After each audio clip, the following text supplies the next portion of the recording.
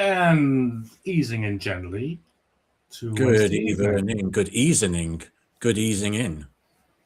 Good evening. Good evening to you. We have well eased in, I think. I don't want to. Last week It looked good, and I kind of jinxed it by saying everything had gone all right. So what I'll say now is I don't know. I don't know what's happened. I think it's okay, but I can't confirm I it. had a look, and all the channels are going, so that's pretty cool. It's a nice feeling of sending those EM info waves through the Earth and into electromagnetic spectrum and beyond into eternity. There you are. See, Into the endless photonic library that exactly. exists beyond our physical realm. That's right. That's right. But yeah, how you doing, man? It's a very pleasant summerish evening. It's still a bit chilly around here, but yeah, it's getting there. We're getting to summer. We are going to get there eventually, but we are in England as well, so we're lucky to get summers really here. Well, they're already talking about climate change. Even in the midst of this, they're still saying, "Oh, yeah, but it's going to be 40 degrees soon." Oh, it's the same prop. They run this propaganda every May, early June, don't they? Where they're saying like it's going to be too hot to work, people might be let off work, you're just going to hit 40 degrees. And then you look at the comments, and most of the comments they get so ratio, don't they? Like most of the comments are just like, yeah, it's called summer. It's because it is, right? You're not telling us it's going to be 50 degrees. Do you know what I mean? It's like, come on now. It's just a normal summer. I mean, we've had so many 40 plus degree summers over the decades, but people just want, clicks and views, isn't it? We live in a click and view, attention seeking society these days on social media, particularly. They always do that thing when it's a bit warm, and they go, "Oh, it's hotter than Italy. It's hotter than Rome. It's hotter than Tenerife." But it's like because there's a fucking Atlantic storm in Tenerife or something, because it's fucking cold there. And the one time it isn't, it's suddenly hotter. Actually, those places do have cold days. They do have rain and cloud cover sometimes. There's really hot places. Yeah, so they never do it the opposite way round, do they? They never say sort of like one of those places is colder than Britain today. It's like, you never get that news. It's always like the alarmist stuff. And did you see? It's always to get us a little bit excited about the summer. I mean, to be fair, even the media, when it's a nice day, I mean, there's no one. Everybody knows it's a nice day when it's a nice day, and people are enjoying themselves, right? And even the media has to recognise that before they but this time we've not even had the warmth. We're just getting already the doom before we've even had any summer. Well, this is what they do, though, isn't it? They try to suck the joy out of it. Like everyone's getting excited because we've got through winter, we've just about got through spring. Everyone's looking forward to the sun and summer and hot weather, and these motherfuckers have to. It's weather doom, bro. It's weather doom. They're weather doomers. They're the weather goblins. They're bringers of doom. It's just like, yeah, come on, don't listen to it. But like I say, it's reassuring when you look at the comments and everyone's just ripping the piss out of whoever's written the article. Like 90% of the comments are just tearing into them saying, shut up, it's summer, this is normal, leave us alone. Just let us enjoy our lives. Do you know what I mean? We don't get much. We spend most of the year in this country freezing cold. Can we not just enjoy a couple of months? Is it too much to ask? To be fair, I have to be fair to the climate of this country. We don't actually it's not that cold.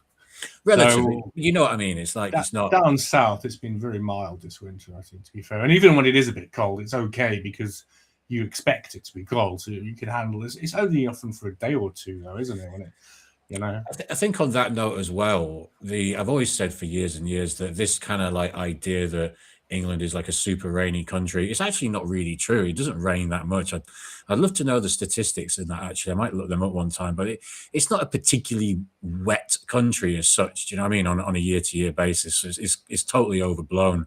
It can be very grey. That's true, and kind of dull. But I mean, we're not getting like battered with rainstorms every day. But you're not feeling grey and dull because you are now supporting the champions, the Premiership winners, right? And by extension, a champion myself, which I'm claiming for no. How long have you been a fan then? How long have you been a fan? Since 1993. So that all came about. You kept the faith then. So, I mean, well, you just sort of like, you start supporting a team and then that's it. You're kind of stuck with them, isn't it? You can change your wife, your place that you live in, your country that you live in. I mean, you can even change your bloody sex these days, but you can't change your football team. So that's it. You're set for life, aren't you? And to be honest with you, it was kind of I've weird. never had that level of commitment to anything really. To devote my life to it's bad enough for a woman, but to devote your life to a football team, I'm not. Well, I mean, I I'm can't low commit level. myself like that. Really. I mean, I'm just low level. I mean, obviously, there's the people that have the season tickets and they go away and they pay like literally thousands upon thousands of pounds yearly, especially if you're an Arsenal fan, because you're doing about £2,000 on a season ticket to start with. And then you've got that's just the home games. So then you go to the away games for a slightly discounted price, but it's still expensive. Then you got the travel and the food and the drink. And so people. So how many games did you go to? This season, it's very difficult for me to get tickets. I'm not a member. So I can get a ticket if I really wanted to. I tried to get a ticket for the League Cup final a few weeks ago, but the cheapest I could find was £800. So no, I wasn't going to do that. From my from the benefit of my Spurs friend, the nice way to get tickets, because Spurs, I think they're in the Europa League, and the cup games they don't give that they resell those seats, so the season ticket holders don't have the cup games. So there's usually a lot of availability during midweek cup games, Tuesday evening jobs, 8 p.m. kind of thing. You can usually get those quite for Spurs. It's quite cheap. It's around about 40 quid. 40 quid, relatively cheap, really. Or if they get relegated. Only on the basis of how bloody expensive it can be. But for that. That's for Spurs getting relegated. Yeah. And then it'll be even cheaper. But fortunately, you know, the savings that they'll make. They've got a brand new stadium. So. I know, it's quite funny. Like West Ham, they've got that. The Olympic Stadium, yeah. Basically, one of those stadiums is going to be a championship stadium next season. So, but it has to be. One of those stadiums has to go down. Yeah. But this is the great thing, like as an Arsenal fan on Sunday, which is obviously the last day of the season, you know, everyone's playing at the same time, all the games in one day. We can just sit back with our cigars and watch Spurs get relegated. Hopefully, we can like watch that. Oh, well, listen, this is the thing. I was talking to my Spurs mate today, and he hates you, Arsenal. He hates you. Of course he does. And I was trying to say, come on, man, this is brilliant for it's been 22 years, and it mixes up the Premiership. It's good for the game. You know, you're never going to get a proper Spurs. And he wasn't having any of it. No shared joy, just pure hatred. You know. Mm-hmm. And I think it's mutual. He told me you'd be the same. I asked him. He said, "Oh yeah, he'll be the same. He'll be exactly the same. There's no. 100%. And the thing is, like, I mean, I've had Arsenal fans. There are some Arsenal fans who want Spurs to stay up, and I'm like, "What are you talking about?" And they're like, "Oh yeah, you know, it's nice to have a North London derby every season." It's like, but it is. It is. It's a good point. You know, just I don't care. Like, let them go down. Let them go. There's no more banter you could ever have from. If they get to sorted. Oh well, who will you turn your attention to as the next rivals then? Well, we still got. I mean, I don't even really regard Spurs as our rivals. They're just the local idiots. I mean, our rivals for me are Man United, because that was what I kind of grew up with. Alex Ferguson, Arsene Wenger. It's kind of like Barcelona and Espanyol, but Espanyol are technically rivals because they win anything. Obviously, Real Madrid were Barca's big rivals, but obviously that's not the same city. So, in terms of rivalry, I think it's more like who's like contending with you and all this kind of stuff. Especially if there's a big gap. Yeah, but there's those ancient rivalries that are about geographic districts and local shire rivalries up north and that kind of thing. There is that. Yeah, no, I get that. But it's always your closest neighbour who's your biggest enemy. The funny thing is with Arsenal and Spurs is neither of us are from the area. So we're originally from South London and Spurs are originally from Middlesex.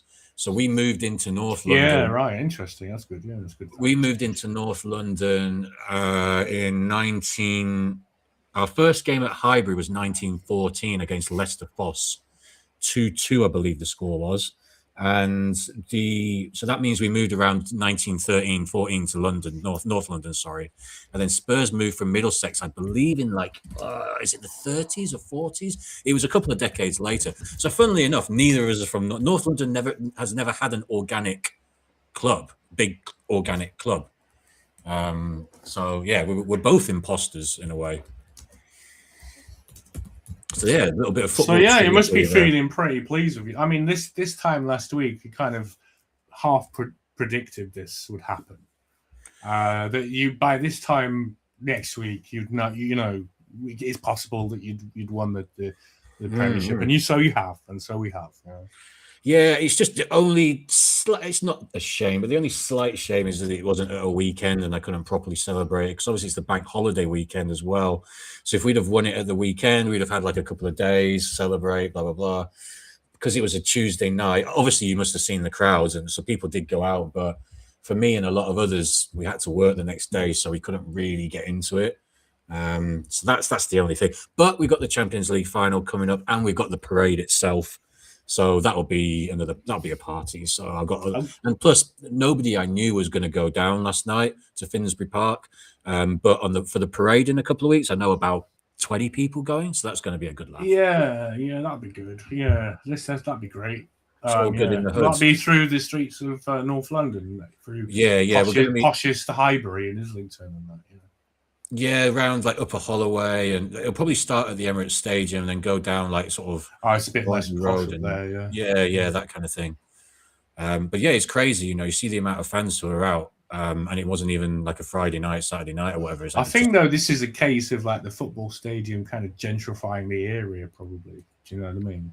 You're not the first person to say that. Someone was mentioning that on. Because it is quite gentrified. These new stadiums, they're more like hotels, aren't they? They're more like holiday resorts, especially the Chelsea one. More like a frigging holiday resort, with all these hotel options and everything. Yeah, crazy. It is like a little holiday village the way they've done it in Stamford Bridge. Yeah, that was one of the things. That's how they were kind of like scamming money, because they're not supposed to. It's something like Chelsea as a football club aren't supposed to take the profits from that, but because it's under both, so their owner owns those hotels, but because it's under a different company, they manage to wrangle it, and it goes back to him, and he then invests that money into the club. So there's a bit of a sort of like a contentious thing there. But having said that, where are Chelsea in the table? They're like 9th in the table. They just sacked their manager, have had a shit season, so it's not working out for them. So no, shame. It isn't, not at all. But yeah, no, you're right. I think someone mentioned it about the gentrification, because it does attract, you have a stadium like that, and like, you have attracted more sort of not fair weather. Yeah, it's the price of tickets though, isn't it? It's like going to see a Premiership team is like an event, but it's like something where lads want to go and experience that and see a game of football and support it. But ultimately, and they'll pay a lot of money these days to do so. I suppose, you know what I mean? Yeah, I mean, look, it's long gone the days that it was actually a proper working person's bloody game, isn't it? Do you know what I mean? It's you're looking at still up north. It's very largely the local teams. Up north, I would probably say. I watched this video. This is quite a fun video. I think I'll try and bring it up. It's this guy who tries the meat pies in every league of the British Football League, right? And the best pies are always in the lowest leagues. Oh, 100%. And the worst pies are in the Premiership. It's a really good video. Some of the pies, some of the food that you see at, like, I don't know, Barnet FC or whatever, not to just pick on them, but you know what I mean? It looks way better than what you get at the huge stadiums. But of course, they're just trying to take the piss. A lot of the big clubs take the piss with their portions and stuff. And like if you go for a pint at the Emirates, it's £7. So it's like when you go, what is it, the O2 Arena? Me and my friend went to boxing years ago, and that was £8 a pint, and like 20 quid. The boxing. Who did you see? We actually went to see. Well, I actually won a competition, so I won. Fuck, was it with? I won a boxer, the promoter boxer competition, to watch the women's boxing actually.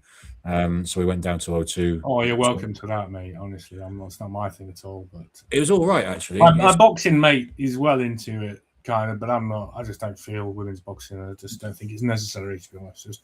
I'm not well into it, but I mean, like I enjoy watching it. One of those things where it's not like the standard isn't significantly lower as a spectacle, whereas a lot of the time, if you watch football, the standard is significantly lower, and it becomes kind of borderline. Yeah, but I mean, I'd argue that you're messing with traditional gender roles, by having women backmanship at each other. It was always a warrior man thing. It was always about Yeah, most of them are All lesbians. these things probably come to training for to go to war or whatever.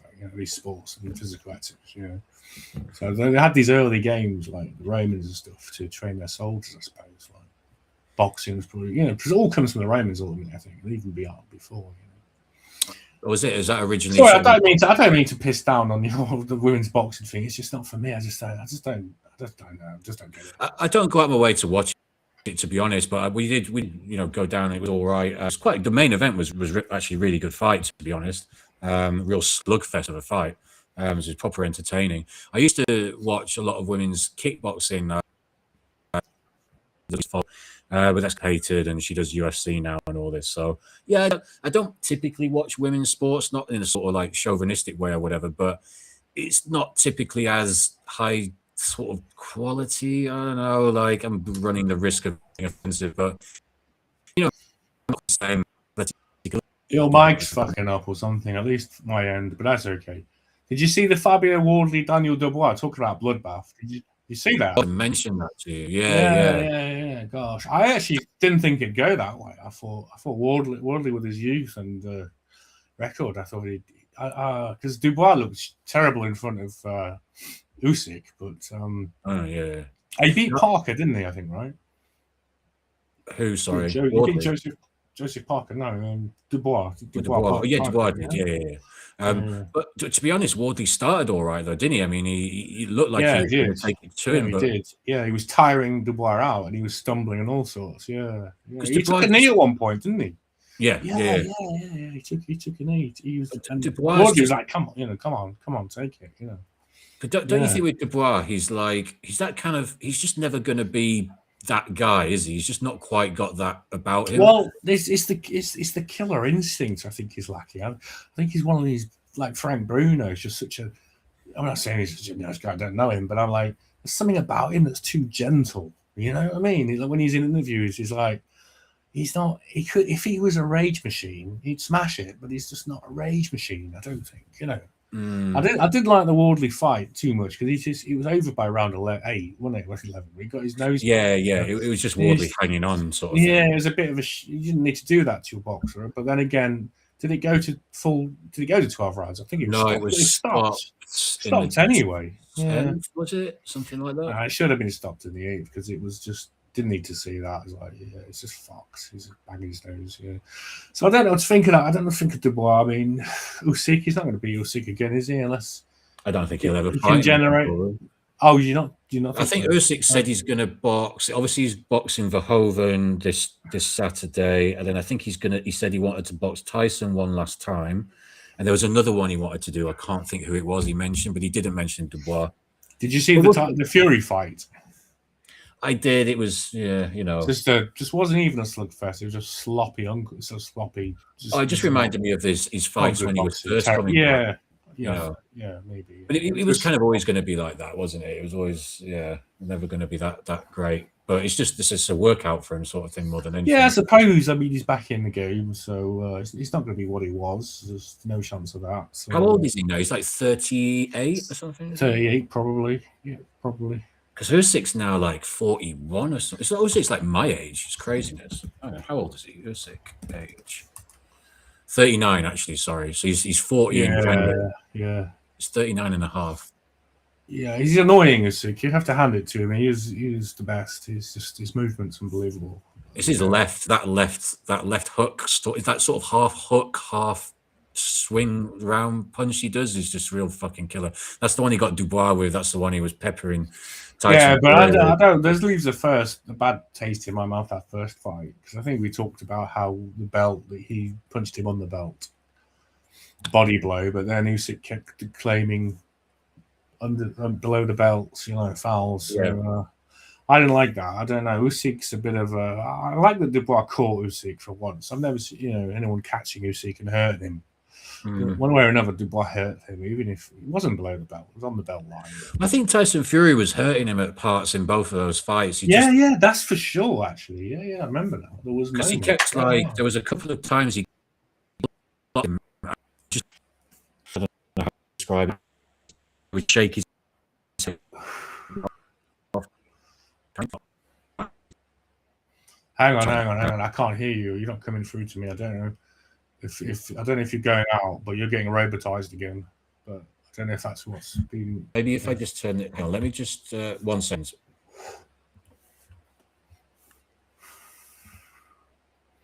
I hate it when my friends get robotized. Turning into robots. Right, well, I'm going to play this, actually.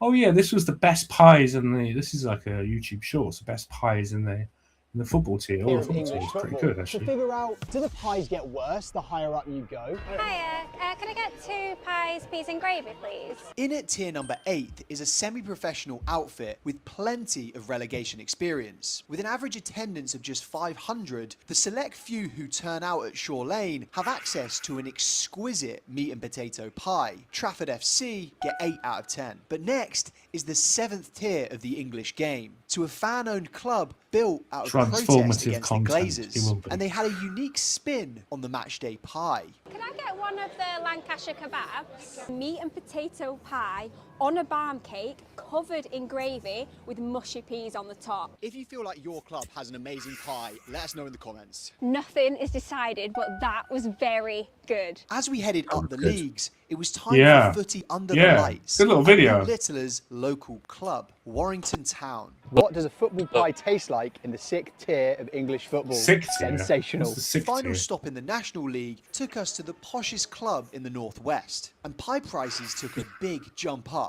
at Altrincham. I would describe this as a restaurant price tag. Taste-wise, $9.50 for that. Gosh, are you there, Future Shock?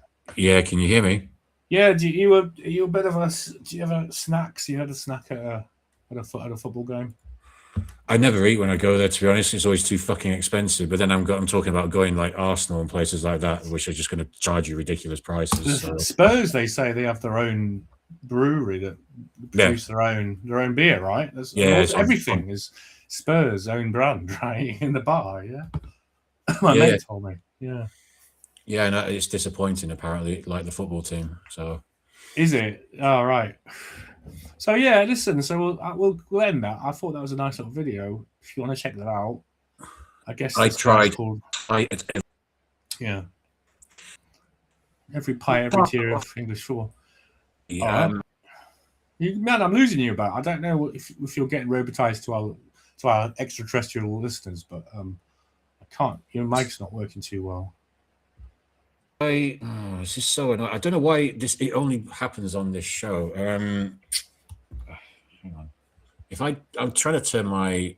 Can you still hear me? Sorry. Oh yeah, I can hear you now. Now it's working okay. Maybe we should crack on. Yeah, I think it's something to do with my VPN. And I told you, bro. I mean, I don't know. Mr. told us so, but get the Windscribe. It's like it finishes 10th in top 10 best VPNs, but it's a lot cheaper and it's just good and it's just got a good sort of marketing. Windscribe. It's got a good marketing ethos. They're a bit punk and a bit just the newsletters and stuff are quite fun. They're quite good. Okay, I see it. Yeah, I got it. You know what I mean? What is it? The other one's ExpressVPN and all those big ones. I can't be bothered with them. They're just too corporate. If you have a problem with it and you try and email them, you won't. It'll just be a pain in the neck. But Windscribe are pretty just good. Just like not a massive tier VPN provider, but a good reliable one and cheaper than the others. I think so. I go for Windscribe. Literally could get money for doing this, but I'm speaking from my heart actually. So yeah. Windscribe says to me, Windscribe the best VPN on earth. They always plug VPNs, don't they, on shows like this? There's always that one. What does it say about Windscribe? If it gets picked up the algorithm, we might get an invitation to do some promotions or something. That would be. I was doing a stream. Listen, I can't hear you, bro. You're getting robotized. So this is why you need Windscribe. All right, let's have another go. Are you there, Future Shock? Okay, so no, right. So yeah, the latest news. The intro for today's show. I just kept it the same as last week because I was like looking for something that was happening in the world that was big, and then it's just the same shit keeps happening every week. It's like fucking Keir Starmer won't resign. and warring around, and it's just that is just what's going on now. So I suppose, at least he kind of got only two things to think about really: get rid of Keir Starmer and the Iran war. I don't know if you can you hear me? I'm just checking. Well, yeah, I can hear you now, but there seems to be like a new front opening in Cuba. So that's what's going on, I suppose, now is Cuba. This is latest. This happened like a few hours ago. I'm going to play this Asmongold clip because he sort of just goes into it and he plays footage from the DOJ, going after Raul Castro for the murder of American citizens. Yeah. Yeah. Can you hear that? Yeah? I can't hear anything, no. Can you not hear that? Oh, okay, hang on. Are you trying to play what's on the screen, is it? Yeah, is it not coming through? It's Asmongold. No? Oh, okay, hang on. Sorry? Okay, something's going on. Man, your mic's all effed up, man. Honestly, I can't get anything. I can't hear anything now. It's just robot time. Yeah, this guy's fucked up, man. I'll tell you the truth, right? So is it? I've changed it to my MacBook. Yeah, that's 100 times better. Now you're back with us. So right. If I talk like this, can you hear it? Okay. Yeah, I'm perfectly fine now, bro. Yeah. Oh, great. It's just off to my left. Yeah, it's just it's fine. Why that mic's fucking your system up so much? But why is it only on this show as well? Why is it? I don't understand. Anyway, cool. Anyway, we're good to go anyway, so we'll figure that out later. So, yeah. So I've literally just seen this about Cuba, and it's about something that goes back to 1996, isn't it? Oh, have you looked into that? Yeah, exactly. Yeah. That's right. I actually have a little bit of info about that. They're after Raul Castro now, which is probably they're probably going to do what they did to Maduro. They're going to black bag him. We're going to jump down. Yeah, I was going to say because he's on the run, isn't it, or something? He's wanted now, isn't he? Raul Castro. Yeah. That's it. No, it's just been announced. So yeah, this goes back to 1996. I'll just see if I can share the screen because I've got a bit of information about what it's going back to. If you want to filibuster about Arsenal, I was going to ask you to give an appraisal of Arsenal. That's always on the cards. I mean, I want you to talk about the show. You know what I mean? I can chat for a little bit if you're trying to sort something out. Yeah, I've got it now actually. So this is all I was just going to talk. Leave that for later. But at all times, let's do the Arsenal thing because that is a great thing. It's a great moment. Listen, when I was 21 years old the last time they won a title, and I remember it well, being in the 12 Pins pub just outside of Finsbury Park celebrating with my friend Pete. If you'd have come up to us at that moment and said to us, enjoy tonight, enjoy this weekend, because you ain't going to win another title for 22 years, you'd have probably got weighed in. You'd probably be leaving in a black bag. You'd be leaving in a multiple black bag. But he was a time traveler. And that's exactly. Fun. And you killed him. Yeah, for his troubles. And so, we would have never believed it because we thought at that time, like you remember, we'd gone invincible. We'd gone unbeaten in the whole season in 2004. Yeah. And naturally, we just thought we're going to win another title. We're going to win more cups. We'll win the Champions. It just looked like we were on the cusp. That was under Arsene Wenger, but then they lost the form. What happened? Like when did they win? Was it when they had Fabregas and those kind of players? So it was just before that. And then later on, a few years later, came Fabregas. And actually, to be fair, Fabregas was about 16, 17 at the time. What was the French guy? Vieira? Thierry Henry. Oh, Henry, yeah. When did he play? Henry was he came to us, I think, in 98, 99. Yeah. Late 90s, basically. But yeah, I remember seeing Fabregas's debut. I was actually at Highbury and they brought him on. I remember thinking that's a weird surname. Plus, he had like a mullet. He had like a proper, typical Spanish. I was always amused by the way his name sounded like ass. I was like, Fabregas, and I was like, this is why you just can't trust foreigners. Because they've got weird names. Arsene Wenger at Arsenal. Yeah, it's all gay fucking conspiracy. Well, let's say a lot of gay conspiracy, but some kind of galactic, sort of cosmic sense of humor. The universe has a sense of humor. Together. Well, it's not that. It's the Jacques Vallée thing. It's the reality ordering. So all the arses are coming together, you know. Well, we have said before that, you know, the universe. I mean, okay, I'm saying we. I've said on here. I can't remember if you agreed or not, but we had this chat last year at some point about. I was basically saying the universe to me seems to be a kind of it's trying to form patterns, and that could go some way to explaining what coincidences are. Because obviously we've always talked about coincidences, and you said how it's like a word that's used, but it doesn't to explain things. It doesn't really explain anything. People just say, oh, it was a coincidence, as if it explains things, but it doesn't. It just leaves more question marks. But it could just be that, you know, the universe is trying to form patterns. It's trying to make star systems. It's trying to make solar systems, whatever. It's not always successful. And that macro could apply in a micro sense with these little patterns that you find in your everyday life. I mean, and I might be, you know, well, it comes from the micro into the macro. Because the micro is the four-dimensional quantum realm where everything is connected, you know, where contradictions and opposites reconcile as a different thing. I won't say third way, but when particle and wave become what they really are, and we can only perceive the two sides of the four-dimensional reality. Do you know what I mean?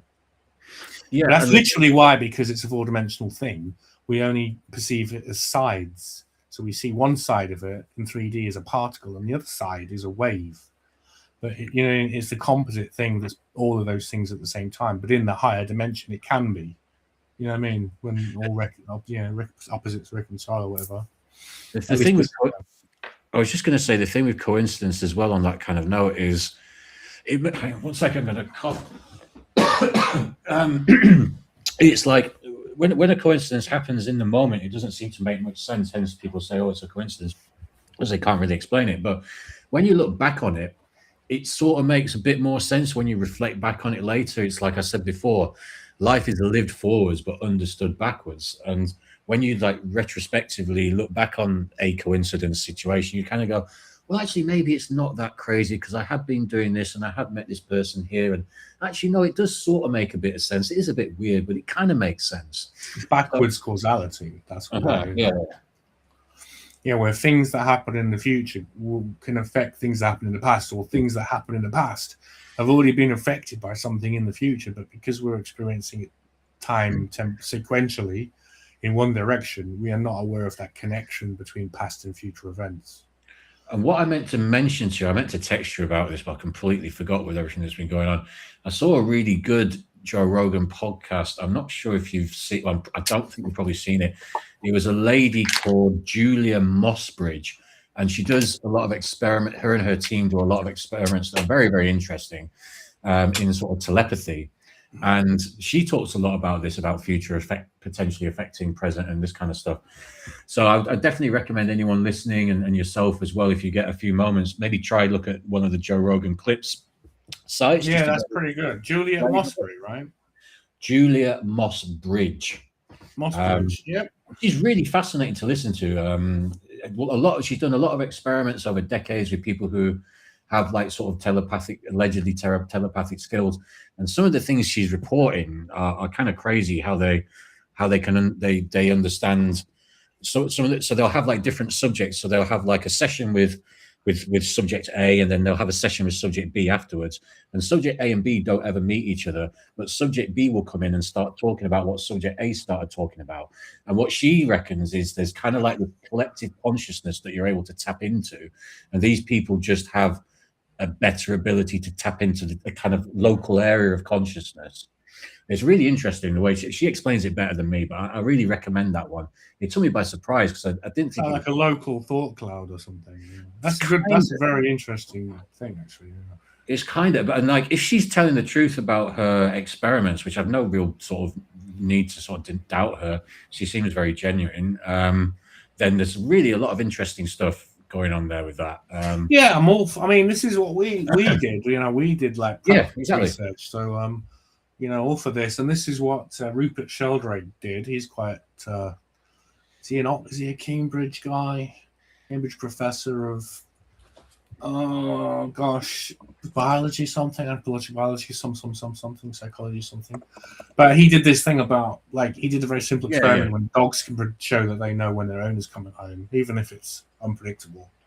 There's a change in the dog. It's very interesting, and it's a simple experiment. We've all experienced this, and yet we discount it as not being evidence of anything more deeply connecting life on Earth.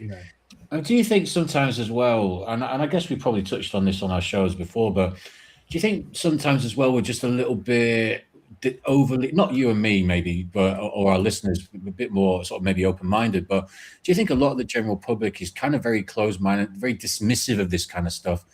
But I think it's kind of like hubris to be dismissive of it, because like, what do you know really? And I don't mean that as an insult to people, but I think people have got to remember, before they're so dismissive about these things, whether it's psychic powers or aliens or whatever it is, we really don't know that much. You don't know as much as you think. We think we're advanced with our internet and our whatever, and our rockets and all this, but we need to maybe humble ourselves a little bit to help ourselves learn a bit more. Yeah, biochemistry, cell biology, Rupert Sheldrake, PhD, Clare College, Cambridge, but he's a parapsychologist. Yeah, Cambridge I don't believe they offer a parapsychology degree, but they should, for sure. Yeah, very interesting. Parapsychology, that is an area really worth exploring for sure through the ages. Which is, I suppose, what I do with my writing. I explore parapsychology. I mean, it's something I used to be more into as I was growing up and stuff. I just, you grow up and you get into different things. But yeah, it's the idea of kind of like mind and matter and, obviously survival after death, survival of consciousness after death and this kind of stuff. Always been very fascinating to me. I guess as well as being someone who sort of grew up on their own a lot and sort of like was always interested in kind of supernatural stuff. It just gets your mind wondering about these things more, and your mind. Yeah, well, you always say that you saw that spaceship that time, and heard it. Oh, you heard it. Remember the story that you was. Yeah. I don't know if you saw it or you heard it. No, because just to recap it very briefly, it sort of came. You could hear the noise of it sort of from just behind the house, and I used to live in. For people that don't know, I used to live in the Yorkshire countryside on a house on the top of a hill, so very high up. And then this thing one night came and from behind the house, got closer and closer, and just the engine noise, for want of a better term. The noise of it and the hum of it was like a throbbing, humming sensation. Yeah, I bet it was one of them classic military UFOs that we talked about. It could be, last week. Like with a spinning sides and magnetic jet engine type thing. I was going to go into the technology of it because it's in that book that I recommend, Hitler's UFOs, Hitler's Flying Saucers by Henry Stevens. And he talks about how there is a thing about there's magnets around the saucer edge, and it creates this sort of anti-gravity effect. So if you heard all that talk about that they say they've discovered anti-gravity, I think they have. I think they definitely have. I mean, when you look at magnets and the maglev trains and that kind of thing, they've probably got that to a pretty high level of sophistication now, I would say. Well, it's what Bob Lazar talked about, isn't it? That's how he described the craft that he alleges that he worked on, that it was an anti-grav craft, and if you tried to touch it, it would sort of like have an almost like force field that would push. I know, I dismissed him last week, but I mean, he's a suspicious guy. I mean, who knows? I mean, what I have to ask you, Future, looking at the guy, do you believe he's telling the truth? Of what he saw. It's a difficult question. What do you mean in terms of just his general presentation, the way he comes across, stuff like that? I mean, like there's people. Remember, last week and the week before we talked about those politicians who had been briefed, but they hadn't seen anything themselves, and they go out in the media and they're fervent believers. But when you look into it, they haven't seen it. They've only been told by a high level of seeming military officer or something, just to give the willies up them. I don't trust that as a source. I think you've got to see it for yourself. What was it you were saying about him? You said you'd seen a clip or a bit of the Joe Rogan interview, and he didn't know about something, and that was a red flag for you. I can't remember. Yeah, it was. It was about isotopes of different elements, and he said there was 150 isotopes for all elements, and it's not. There's only like a handful of isotopes. And he just stumbled, and he just stopped talking because I'm not. Well, he's supposed to be a physicist. I don't believe. That's the thing. He's supposed to be a physicist, isn't he? But there's no record of him. No, that's the point. There's no record of him getting any qualifications whatsoever. So it's fucking suspicious. It's a weird story, man. Do you know what I mean? I don't know what to make of it. The thing is, what I would say is the fact that, people say, oh, well, he's kept his story. He wouldn't know all about isotopes if he wouldn't stumble like that and say there was 150, because it was number 115, but that's the element number. I don't think that's the isotope number of this moscovium. Yeah. So I don't think the guy's not a physicist for sure, I mean, he claims to be. I think so. Yeah, he claimed to have a master's degree from Massachusetts, but I don't buy him. They looked into it and they found no record of him attending it. Yeah. So I don't know. But it's possible he may have seen something, but the whole rest of it stinks. So if he's lying about that, but the thing is, I'll say about him, he does manage to keep a performance of that he's telling the truth, but the thing is, he could be a good actor, though. That's the thing. I mean, he's told the story God knows how many times. You'd probably expect him to be able to tell it well. Do you know what I mean? So, anyway, just to change the subject a little bit, what's the only non-league football team to have won the FA Cup? Oh God. Okay, so do we mean it was non-league at the time of winning the FA Cup? It may not necessarily be non-league now. No, may not necessarily be non-league now. Yeah, which was non-league at the time. The only non-league team that was non-league at the time to win the FA Cup. Oh my God!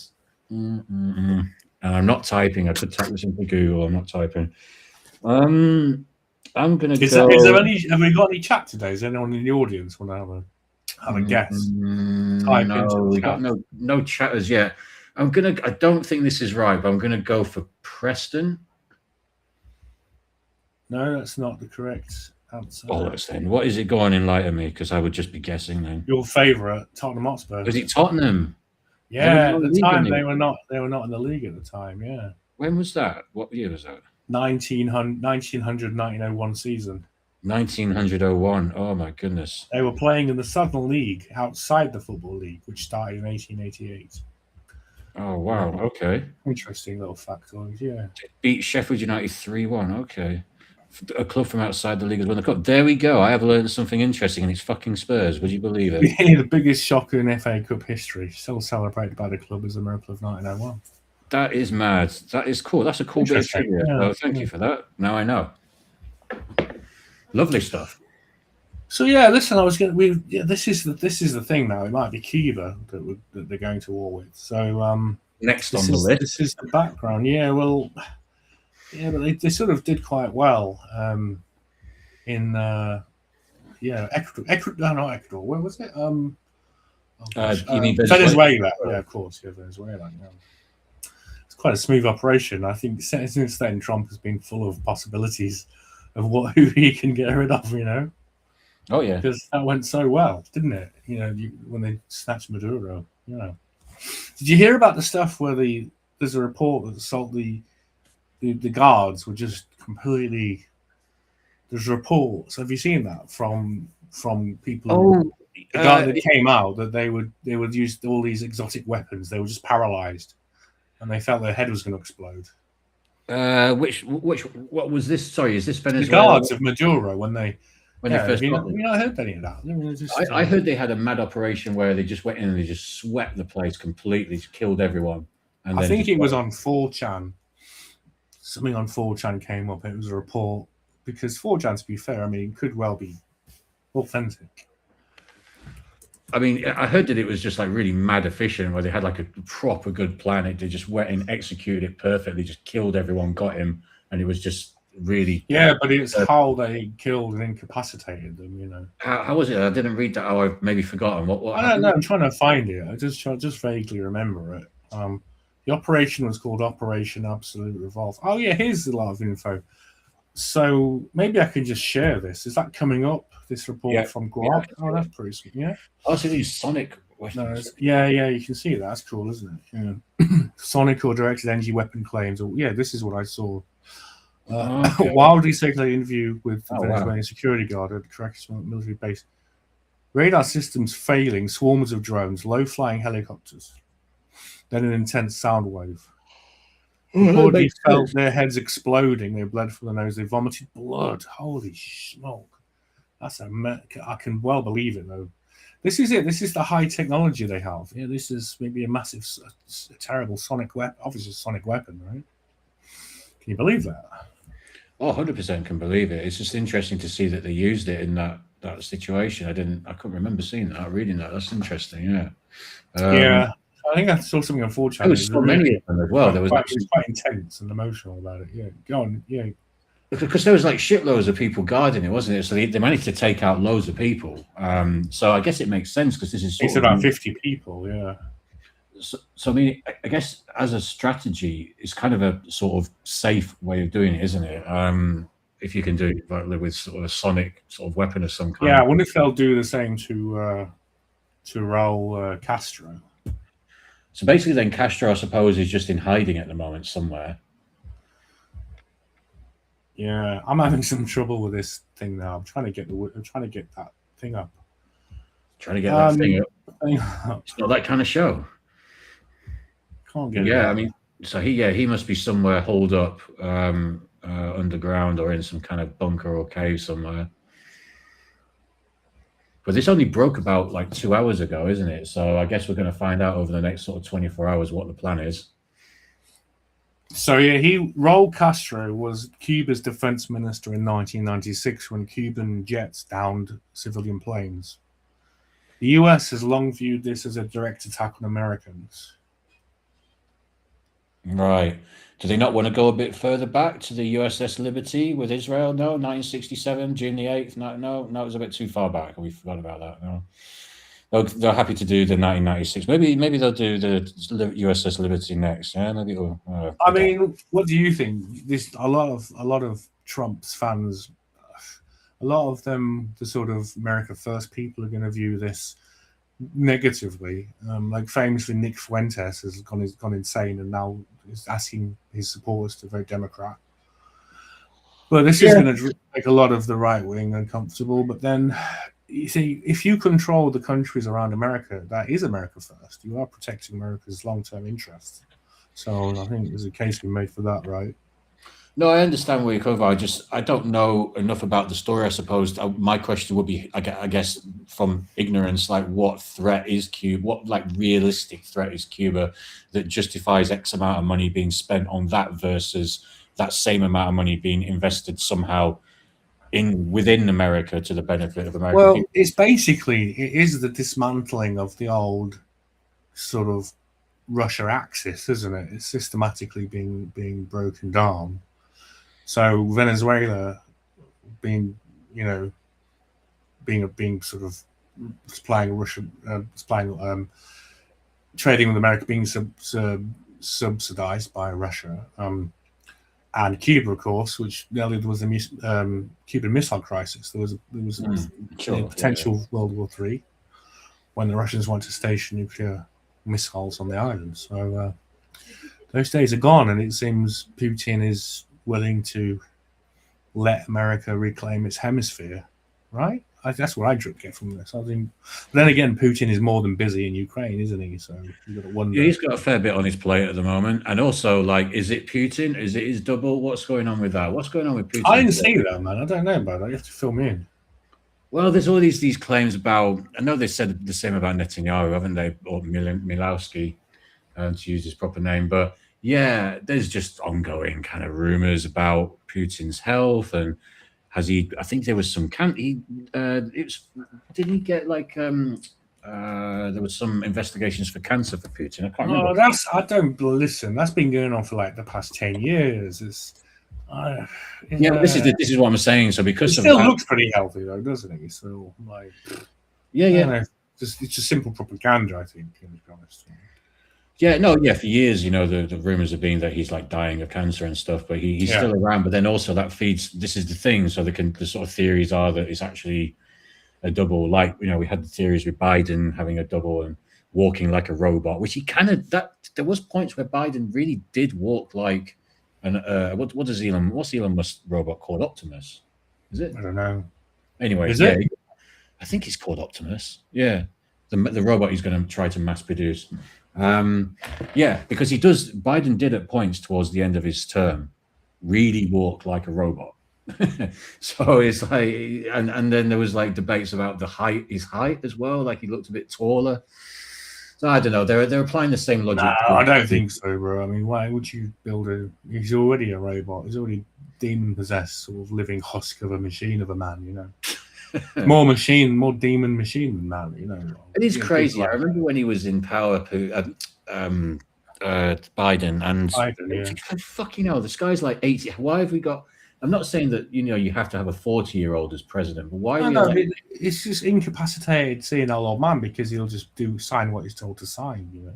Well, There's no will of his own. That's literally just a vessel for for those people who, for certain ethnic persuasion, who were controlling the Biden cabinet at the time, you know. No, I get that. Yeah, it's true. Listen, true. I'm just going to get us on topic and just play this bit of what's going on with Cuba. Hey, what's his name? Can you hear Castro.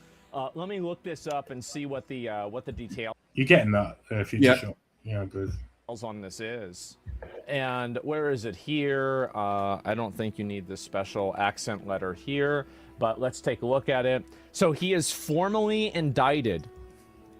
Today, we are announcing an indictment charging Raul Castro and several others with conspiracy to kill U.S. nationals. That's bad. That's really super bad.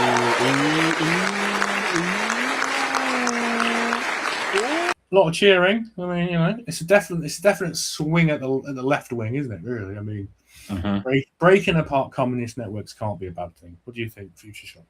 Yeah, I can't disagree with that. Bloody hell! I mean, we got a lot of people who want to bring communism back apparently in this country, and it's like, okay, it's like we're getting around the back of them by destroying all these countries that were on their side. Yeah. Well, just before I forget, I meant to mention this before. You know, we were talking about Starmer. You know, you played last week the hilarious sausages video.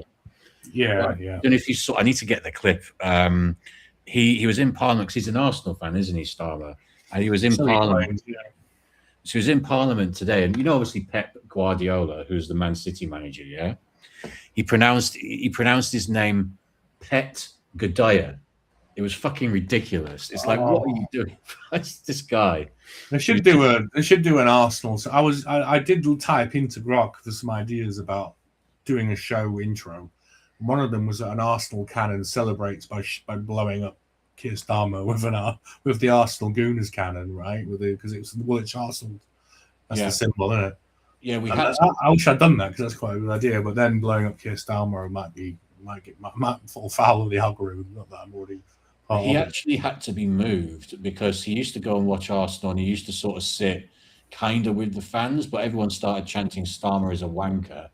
Quite loudly, lots and lots of fans. So they had to move him to like a safe spot in the stadium where he can't be chanted at as much.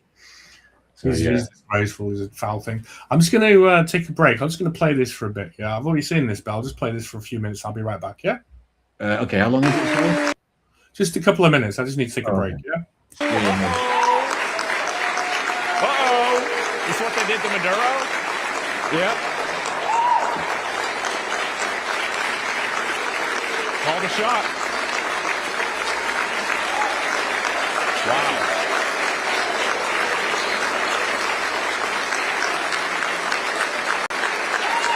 I gotta be real, like this guy right here, ever since he took over, people been going to jail. You notice that? People been getting packed up real quick. It's kind of like, honestly, like, I don't know really if it's just him, but like, man, people actually are going to jail now.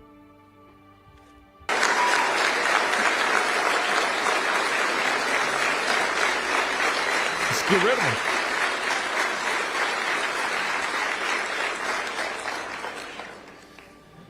People Mr. Castro and the others are charged with additional crimes. Raul Castro, is that the brother of Fidel Castro? Like, I don't know. Like, I'm assuming that they're related, right? But I know that the brother of Fidel Castro took over after Fidel Castro passed away, but I didn't know, because Fidel Castro is really old, so I didn't know if his brother, so he's still alive. Okay. Well, including destruction of aircraft and 4 individual counts of murder. Oh.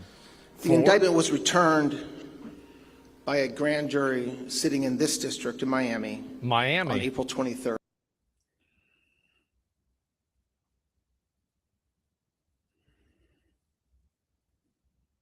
Hi, here I am. Are you there? Yeah. FS? Yeah, right. So that's that. I just thought I'd fill that in. He's announcing that. I saw that a few hours ago. Details of that thing is the 1996. So this is what? It's what, 30 years ago? 30, bang on 30 years ago. 20 years ago, right?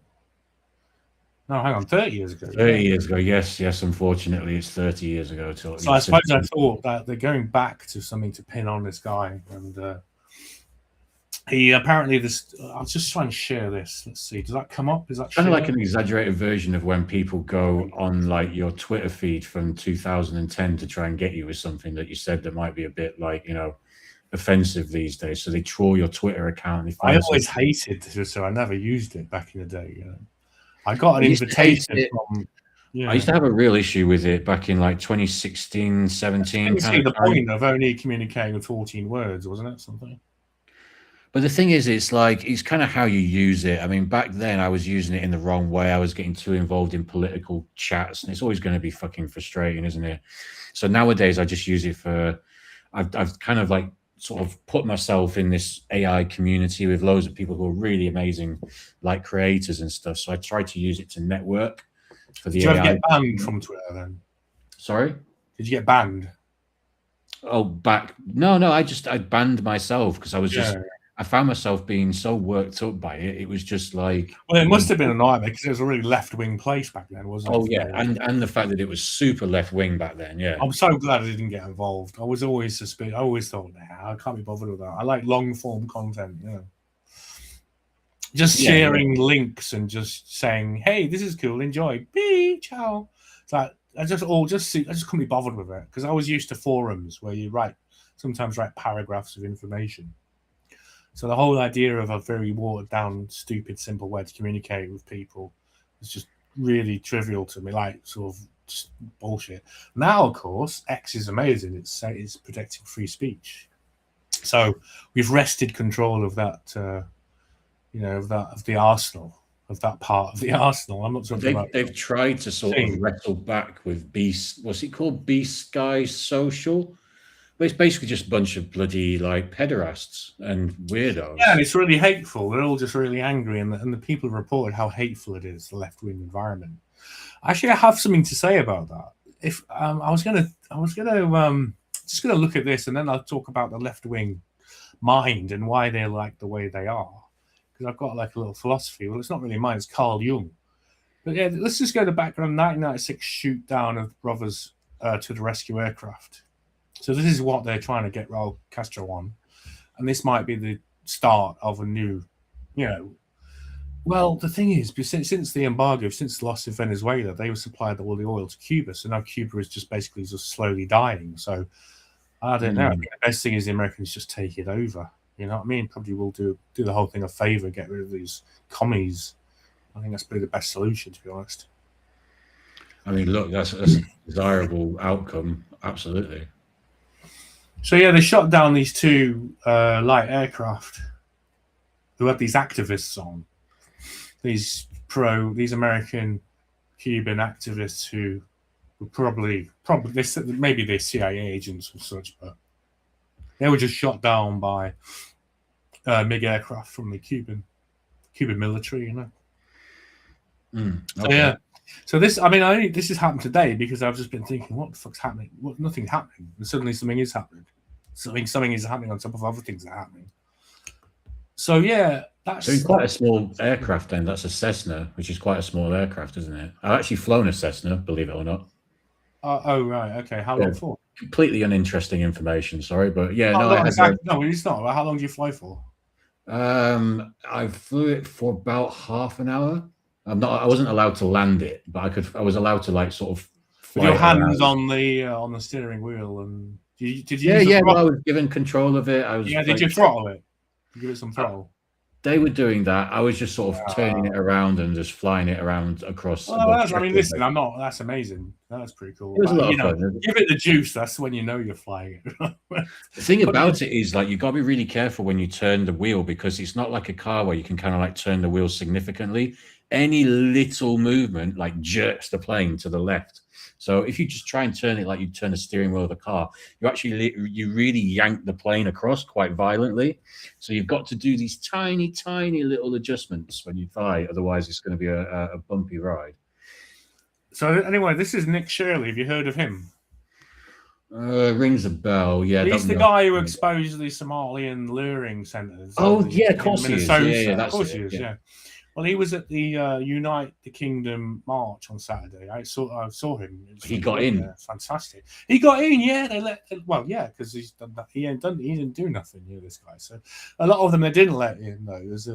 There was the Polish right-wing politician they will let in.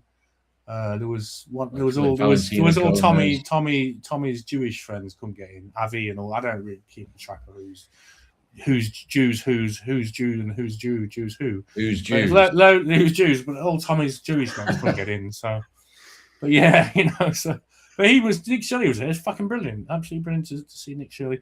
So he went to Cuba, and this is listen, I recommend you watch this video, guys.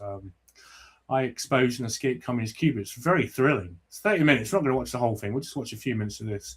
So this Cuba thing is happening, and he got out there with his life, basically. It's pretty exciting. Let me know if you can... What percentage of people do you think... Can you hear that, bro? Yeah, you can hear it. I'll just play this for you, yeah? What percentage of people do you think are suffering here in Cuba? La mayoría. La mayoría. What's your thoughts on communism? ¿Qué piensas de comunismo? De lo más malo que ha existido en la vida ha sido el comunismo. Porque realmente ninguno es comunista. None of the gas stations are even in operation right now because there's quite literally no gas. And we stand out like sore thumbs here, so they're wondering why we're here with cameras, interviewing people. They want to know what's happening and what people are saying. That's why people are not talking to us much. They're asking why are we trying to leave the hotel early. They want to talk to us. Cuba right now is facing one of the largest humanitarian crises in the world. Cuba's government is a one-party communist-ruled country, and they are facing massive food shortages, daily blackouts, and a lack of medicine. And right now, a U.S. blockade is restricting oil and gas from coming inside of the country. With communism and socialism on the rise in the West, I wanted to see what life in communism is really like firsthand, as Cuba has been living underneath communism for over 60 years. Upon arrival, I completed all required documents and had received a visa for journalistic activity. However, once I landed, all my camera gear was seized, and within 24 hours, I was planning my escape out of Cuba after their intelligence followed me all day and a 2-star general came searching for me at the hotel. Now let's go see the reality of Cuba and eventually plan our escape out of Cuba. Where are the people at? ¿Dónde está la gente? So yeah, I'm not going to play any more of that, but that's definitely worth watching. Future Shock. They literally, there's communist spies everywhere. It's, a few people are. This is a thing. Hay un ser humano que pueda vivir así. Es demasiado. And what would be your message to the rest of the world? See, while he's talking, there's spies, like actually communist spies, and he actually. Que no tiene acá, mira ahí. Mírala ahí. No, them, but... Mira ahí. Mira. Ven, mira ahí. Pregúntale ahí. Hola, señora. Explícale a él todo lo que tú estás pasando. No, pero no sin video. Sí, la gente no quiere. The people do not want to be on video. Ese es el problema, que nos las venden a nosotros después. Por supuesto. So while this guy's talking, this lady had spawned out of nowhere and began spying on us.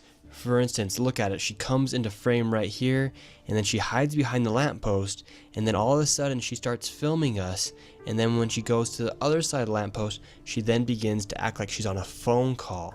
However, she continues to point her camera towards our direction. The guy I'm interviewing then noticed... Super creepy. Imagine living... I mean, we already do in England. We're living in more and more of a society like that anyway. That she's filming. Fucking communists, they're scumbags. They was the stinkiest, most slow down spy ones. And that's the thing about the left wing I want to talk about. I've got to sort of understand a little bit of their psychology. Filming us, he goes and confronts her, and she runs to the other side of the street. She then turns the corner, and my security guard follows her to see where she goes. And who does she meet up with? She meets up with the man who was following us inside of the hotel. And after we had confirmed that we were being followed by Cuban intelligence and their spies were spying on us, we hurried back up to our hotel room and made a plan to escape Cuba. She makes her way through the woods to him, and then he goes, no, like saying, don't sit here. Boom, sits there. So they're together, 100%. Come back to the hotel, buddy's there. They're 100% watching us. Option 2 is, no more flights. So it gets quite thrilling, but I won't steal the content blatantly. But that's Nick Shirley. So check it out. It's got 1 million views there. That's pretty cool. But I'm not just going to sit on that. I watch that all the time, but it's pretty cool. Yeah. In terms of the leftist psychology, just to sort of say before you say your thing, they will look at that and they'll just say, oh, well, yeah, you know, that's not communism done properly. They're not doing it properly. Whenever you give an example of it failing, of which you can give many, they'll just say, yeah, but it's not been done properly yet. They just... It's not an answer, but it's their kind of like, it's not a proper answer, obviously, but it's like, it's their isn't it? Yeah. Well, like, okay, so how do we do it properly then? Do you have any idea how to do it properly? What would you suggest that we do? Do you know what I mean? And the answer is get rid of capitalism. Okay, well, why don't you set the example then and stop using the things that capitalism is like, you know, could be beneficial for you. But they won't, will they? Because, you know, they actually enjoy the benefits of capitalism. So yeah, I think we'll just should we just take a little break, a music break? I need a bathroom anyway. All right. Let me think of what song to play. I want to play something about 5 minutes long, but I don't want to play too much of what we've already heard before. So hang on. I'm just going through this. What can we play? I didn't think of any songs, but didn't think of what to play. Just bang this pop song on from Sandwich Pan. Be back in a few minutes, 3 minutes. All right? Yeah. Yeah, no worries. See you in a sec.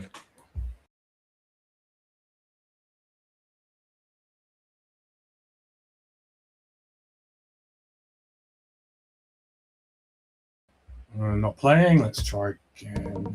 Here we go.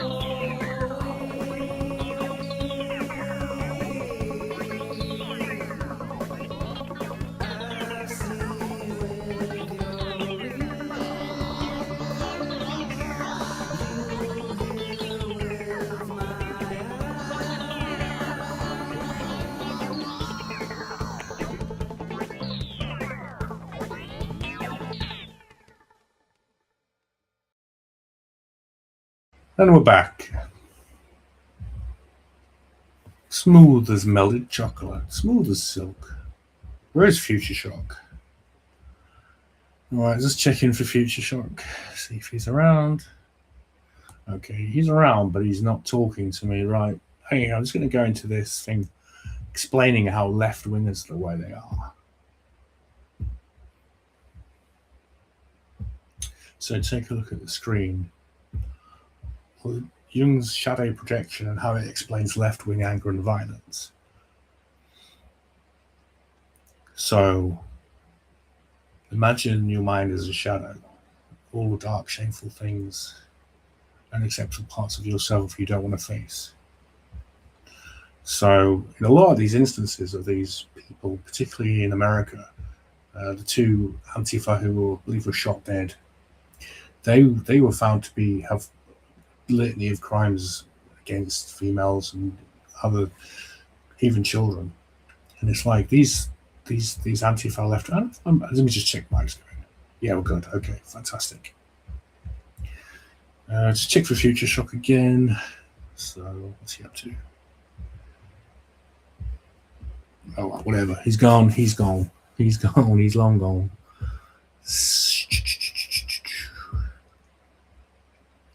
I did actually promise also to talk about UFOs in Renaissance paintings, which I will get into. Once I've just gone over this bit that I wrote this on my on X, Truth Spoon's X account. So what it is basically, the idea of shadow projection is that the worst kind of people are those who are most sort of vociferous in their idea of what righteousness is, and sort of they're projecting. So they're trying to avoid the shameful things themselves by projecting it onto other people. So all of the things they don't want to confront about themselves. I'm back. All right. Instead, they project on their perceived political enemy. Yeah, I can hear you, bro. Can you hear me? Yeah. Sorry, I had my volume down. Yeah, I can hear you. Okay, so yeah, talking about these left wingers and this Jungian concept of shadow projection. So we're talking about the Antifa people, right? And how they sort of have this completely twisted morality, and how, I mean, listen, I went to the United Kingdom march on Saturday. Oh, you went? I didn't know you went. Yeah, I did go. Yeah, it was pretty good. Yeah, there's a lot of drunk people, but that's to be expected. There's a lot of them kind of nationalists who are going, "Oh, I love Tommy. Tommy, fucking love Tommy. I love it." And he's fucking talking. Shut up. There was a lot of that going on when they're actually talking. They were just fucking drunk people going, "Oh, I fucking love Tommy. Oh, he's the best." Yeah, he's fucking talking now. Will you shut up? So it's kind of annoying, but they're kind of pissheads, and you wonder how they get through life if they can't even. How much did you drink to get so wrecked? But yeah. So the point there was a left winger found in the audience giving a Hitler salute, and she was. Did you see that? Oh. Did you see any of it? I didn't see she that. was found to be a provocateur because they were warning there's going to be provocateurs in the right. Yeah. She had this mad look of a left winger, and she was. The people said no, she's crazy. She's trying to do these Hitler salutes, and she's obviously just a plant. And she had a mad look on her face, like she revealed if she was. But anyway, so how do these people get like that, right? How do they get so defying reality? You know, like how can this transgender agenda, when it defies logic and reason? But it's distorted outward projection of their own darkness. But they've been told there's enough. They have enough people. They believe they're righteous. They believe they're right. They live in this delusional state because they're all escaping their own inner evil by projecting it onto us and calling us the evil ones, or the right wing, or whoever the political enemies are. And so they escape the burden of self-analysis. You know what I mean? By just blaming us and saying it's those horrible right wingers are evil. Oh, 100%. Yeah, 100%. Like they will be failing in certain parts of life, and it's always like someone else's fault, whether it's even right wingers or whoever. It's when I, as somebody who's kind of like neither staunchly left or right, when I look at the left wing, that sort of group, like a category or whatever of people, is the category with like by far the most people who just lack accountability, lack responsibility, and just blame everyone else for their own problems. Yeah, that's about the size of it, actually. Yeah. So there's a few things there. So the guilty conscience, the unconscious shame gets dumped outward. So all of the evil in them is projected onto, as we said before, Trump, basically, because they somehow think Trump's more evil than they are. But he at least is a scapegoat. Yeah, basically it's a sort of scapegoating of other people rather than face accountability. It makes them falsely moral superior. Deflecting shame. And this is interesting. It's why these left wingers, the most rabid ones you see, the crazy ones, they all have that same sort of mad, deluded look in their eye. I was going to say the look. The look. Like a possessed look, isn't it? They always have that kind of stretched face. They're really, the energy that's coming out of them is so inherent. It is like a possession. It is like somebody has just taken control of them. Is just sort of thrusting this energy out there, and that's why you see their contorted faces. Well, they're projecting their shadow directly. They're expressing their evil. But by renouncing what they claim to be Trump and evil, they are actually being evil. That's the evil that comes out of them, is that darkness, but they're projecting it onto Trump or onto you if you don't like that they're, a man going into a lady's bathroom or something of that kind. But it's always that same screeching, irrational, pure hatred response. But it's like irrational. Where is this coming from? Why are you so full of hate? Well, why are you sort of supporting irrational views? Well, it's just because it gives them a chance to vent their own, to sort of heat sink their evil onto someone else. They just vent their evil. It's venting evil. Like you're saying, it's like what you're saying in terms of they don't want, or either they don't want, or they just don't have the ability to sort of properly introspect and understand that the cause of most of their problems is actually them. You are the cause of your problems, and only you can fix them, and only you can fuck them up.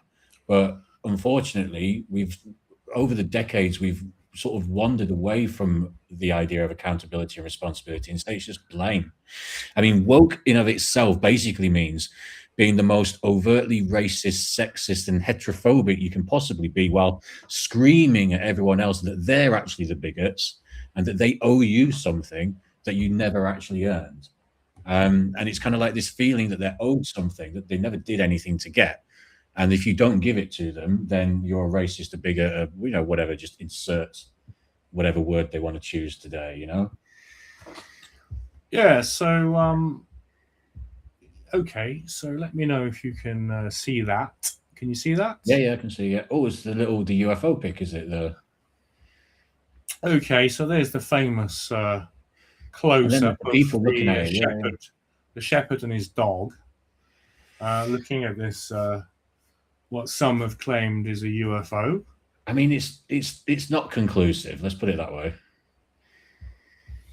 Yeah, there's quite a few of these sort of things. Let me see if I can share this instead. Does that change the scene? Oh, yeah. I mean, that looks more like. Okay, yeah, I can see now a little bit more. Yeah. Okay, so that's the close-up of that. The painting is the Madonna with San Giovannino. San Giovannino. 18th century, painted by Domenico Ghirlandaio. The painting depicts Mary, Mother of Jesus, looking down, while in the background you can see a clear picture of what appears to be a UFO flying. Any comments there, Future Shop? I mean, look, what interests me about that little image there are these kind of little streaks coming off it, which sort of seems to imply a kind of like emitting of light or energy of some kind. When you zoom in on it, it's actually a bit more compelling than it is when you showed that initial picture. I have seen this before, but I'd forgotten about the zoomed in bit. Okay, I'm hoping to switch now, so let me know. Did that switch okay? Yeah, that switched fine. So this is like one of my favorite ones, because that's just craziness. I mean, just how do you explain it? I mean, it's creative. On the right, we have this fellow in this what looks like some kind of spaceship, right? Yeah, an angel. And then this one in here, piloting. I suppose you see the close-up, it looks like he's piloting something, right? But what worth noting, I suppose, that they're wearing attire of the time. I mean, they're not wearing like spacesuits or something particularly different from the other characters. I think he's got no clothes on, I think, but at least in this version, it's hard to tell. I think they're just got robes of some kind on. It is a little bit difficult to tell. Yeah. Okay, let's see if I can share this. Is that? Oh yeah, did you see that? You saw this one last week, but it's just I've never seen this before. You showed it last week. This is a crazy one. Actually, that's not the whole picture. It's a nice peacock there, by the way. Oh, that's not a peacock; it's a pheasant, isn't it? There you go. So I think that's the Virgin Mary. I believe that's the Virgin Mary. Spirit of Holy Spirit's coming on her, I believe. So this is one of those UFO things. But if you do look at what that animal is, that's the dove, and that's the representation of the Holy Spirit. So that's one of the things explained. This is the thing, isn't it? There's possibly an explanation for these so-called UFO images in the Renaissance paintings. I mean, it's pretty it definitely does look like a beam, that we're used to seeing in the movies or whatever, a beam beaming people up and all that. Yeah. Definitely looks like that. I'm not saying it is, it just looks like it. But But then you see that represents the Holy Spirit. So that beam is representing the Holy Spirit. So, but then whether you want to say God is an extra dimensional being, I suppose that's true as well. So, Well, this is the thing, isn't it? Like we could just be talking about, we talk about angels, we talk about the Son of God or the Son of Man or whomever. We could be talking about extraterrestrials, interdimensional beings. I mean, they may not necessarily just been able to explain it that well at the time. Obviously, they didn't have the language that we have, and they didn't have the sort of, I guess, understanding, if you want to call it that, in inverted commas, of interdimensional. I suppose God, you have to consider God to be a pan-dimensional being. Well, except apparently his presence is not in hell. That's the point of hell, is that there is no God there. You're estranged from the presence of God. That's what they say about hell, right? Yeah, no, I'm just thinking, I mean, like in terms of being a pan-dimensional being, I mean, I guess it depends what you want to define God as. I mean, if it's God just creates, I say just as if it's so easy, but if it's like just creating a universe, maybe it doesn't have to be pan-dimensional in that sense. But if you're talking about creating a God that created either a multiverse or whatever is more beyond our universe, if there is anything, then maybe it's more pan-dimensional. I hadn't really sort of like thought of it like pan-dimensional, so it was just making me think when you said it then. Okay, so then can you see this sort of Death Star? Yeah, I've not seen this one before, to be honest. Death Star, yeah. Now, the thing is, there is an explanation for all of these. There is like really within the context of Christianity. So, if I can just maybe switch to this one. Is that now sharing? Yeah. This is Jesus and God and what appears to be, it's being called a Sputnik satellite. Yes, it's got his little antennas. But are they supposed to be brushes or something that they're maybe painting it with? Because they look like they're holding, I can't really tell. Yeah, well, that's a good point. I mean, again, we see the Holy Spirit, which is like the agency of, so the third part of the Trinity. So there's a Trinity, basically, the Holy Spirit. But yeah, I mean, I remember David Icke books and reading this stuff and taking this at face value. But now, this globe is called Orbis Terrarium, and it's a representation of Earth and the Moon and the Sun. So you can see the center of the picture, there's a sun and there's a moon. And this is the Earth. Okay. And these are said to be ruling scepters of rulership. But that's the explanation for that. What I would say is, it does look, the way it's painted, it does look kind of metallic. It does look like kind of like a satellite as such. It looks a bit out of place. Obviously, we haven't got a very good definition here, but it does look odd. But don't you think? Yeah, it does look a bit out of place in keeping with the rest of the sort of decor, the way things are painted and stuff. And yeah, just I don't know. It's that kind of parallelia, that kind of recognition of symbols you've already seen before. It's Yeah, I suppose. Yeah. trying to sort of make things fit patterns and things. So I have a pretty good one on the subject of that, but I can't quite find it just at the moment. Hang on. Well, I can share this tab. Is that sharing all these images now? Yeah. So this is the spaceship. Looks like the guy's flying the spaceship, right? Yeah, he's got a robe. That's what I was saying. It's like got a little robe on. Oh yeah. So what the explanation for that is, it's a figure in Byzantine art. You see this. You see that the orange one. What do you think the orange one represents? Oh, is this supposed to be kind of like angels and demons? It's the moon and the sun. Oh, okay. Yeah. So I was overcomplicating it. Okay. So it's like I said. I mean, I've said that the heavenly bodies are potentially conscious beings, and that's what the ancients believed. You know, they personified the sun. So what you're seeing here is the moon on the right, and then the sun with its blazing orange and. Okay, I see what you mean. So, I see what you mean. Yeah. Okay. Yeah, do you know what I mean? So has that made life a little bit less interesting for you, or are you still enthusiastic about finding? Yeah, no, you completely drained me of enthusiasm now. Yeah. But yeah, no. But just on your point about being heavenly bodies being conscious. I mean, put it this way: it doesn't make sense that the sun, the earth, two things that harbor life, that has consciousness, don't have consciousness themselves. The sun, that is the creator of life, essentially, also can kill life easily. Don't get me wrong. It's trying its best every day, but thankfully we have protection. But yeah, you know, the thing that creates life, the star that creates life and creates consciousness to a certain degree, or creates the sort of conditions for consciousness, it seems a bit weird that it wouldn't have some level of consciousness itself, and sort of ditto the earth that supports us. With so many things that are alive, with so many things that have a certain percentage of consciousness in them, from humans to, you know, like animals and maybe like sort of trees, plant life, etc. It would be a bit weird if that didn't itself have consciousness, if you look at it that way. I mean, I know obviously if we were to tell this to people that sort of aren't so used to investigating this stuff, it would sound a bit weird.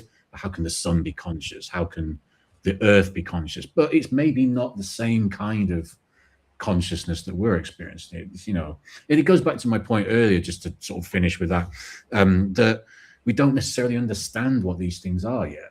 You know, we got to maybe just sort of be a bit more open-minded to these things. Okay, so this object here, the if you remember, we looked at this earlier on. Mm-hmm. The explanation of this thing is it's not a UFO, it's a luminous cloud or glory representing an angel, common in nativity adoration scenes. The shepherd's pose, his hand to his forehead, and the dog appear in many similar paintings as reactions to divine light or an angelic apparition. So that's an angelic apparition. It looks like it's been painted over, though. The thing is, something's happened. It's been painted over. Or something. Oh, that's a good point, actually. Yeah, because it looks like that's a brush stroke, like a cross, doesn't it? So it looks like it could be underneath, like it could have been that lighter green color, but there's like a brush stroke across with that darker green. Yeah. So there is something quite interesting. Even Alex Jones, because he's still doing his show. Yeah. Even he sort of fell victim to one of these deceptions. I'm just going to see if I can get it up. Yeah. Oh, I get it up. Again. I've nearly got it up. It's amazing what those pills do, right? It's just you know, it's just a fun evening. Hello to AJ. Hope AJ is good in the chat there. AJ's a fellow Arsenal supporter, so he's happy at the moment. I see him a lot in the Arsenal chats for various content producers in the Arsenal community. So he's a good lad, AJ. So yeah, good to see you, man. Hope you're good too. Good stuff. He's living the dream right now, yeah? He must be pretty loving it. We're all loving it at the moment. Yeah, and it's still not over. The dream continues. Exactly. Play, right? Could be the cherry on the icing. On more excitement for this season for Arsenal. Fantastic stuff. Yeah, maybe they'll be buoyed. Maybe it will. They just don't want them to celebrate too soon. and get too pissed up or whatever, right? So they're in no shape, Yeah, no, we got a good week. They got a good week. I reckon he probably obviously let them have today off. He might let them have tomorrow off, but I'd imagine they're back in training on Friday at the latest. Yeah. But it's amazing. It's terrible what a few too many drinks can do to your fitness. It can set you back weeks or even months sometimes. Oh, 100%, yeah. As someone who likes to drink, I can testify to that. And always a battle between keeping fit and not drinking too much, No, listen, I mean, you could work out, you could have the most insanely strict workout diet for, say, 3-4 months, and you could not drink a drop of alcohol. If you then stopped, you'd make some progress in the gym, whatever. If you then stopped and then just went on holiday, let's say, and drank every day for a week or so, you just undo 3-4 months of work in 1 week quite easily. I wonder if you're ready just to take a little break just play a tune for a few minutes, and we'll get back on with it. Yeah, that's fine. AJ, we're going to take a little break. We'll be back in a couple of minutes. Just 2 minutes, I think, is all this song. It's just a quick song. Here we go. Hot stooge. Fuck you, Iggy. Stop thief. Fuck you, Ziggy. Fuck Dylan. So lame. Pseudo protest, just a rebel is in a frame. That's a motion. The force execution. It's the music of mind. Melting revolution. Terrorize. We love the NC5. Never alive. We love the NC5. John Sinclair. Well done, sir. Long time now. There ain't no from a final. We Kramer. We've been players and say yeah. Sonic. Satanic Monkey Bionic. Michael Davis in bass. Boom, I'm in outer space. Hear machine gun beats. It's the soundtrack of the streets. Let their music resonate. Love the message front with stage. Terrorize. We love the NC5. Terrorize. We love the NC5. The Kramer Smith access. Dual guitar bliss. Lyrics of anarchy, musical majesty. You and I time, it's a fucking travesty. We love the NC5. We love the Motor City 5.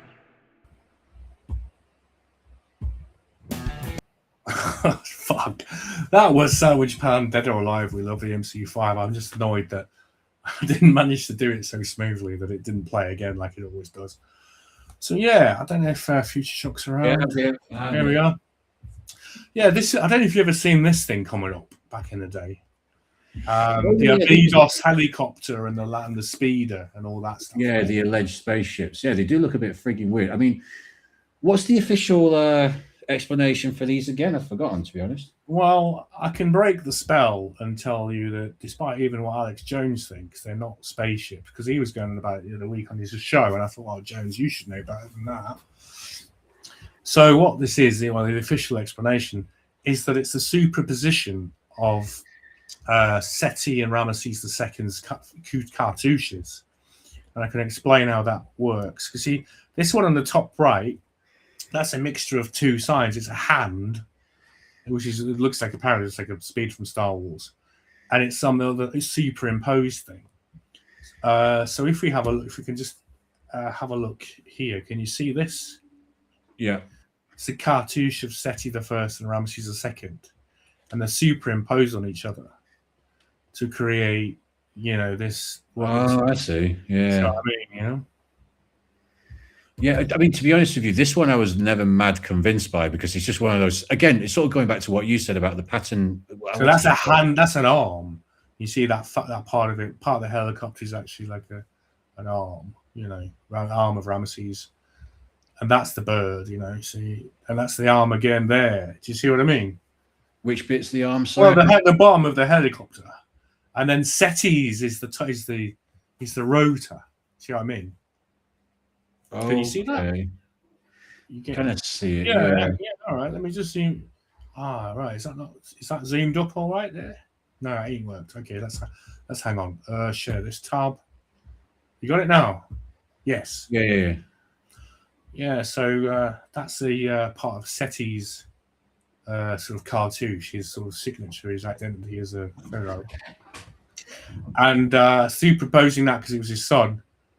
This is so they do that to show symbolically. Well, the idea is, in fact, that fresh plaster would have been placed on it, and then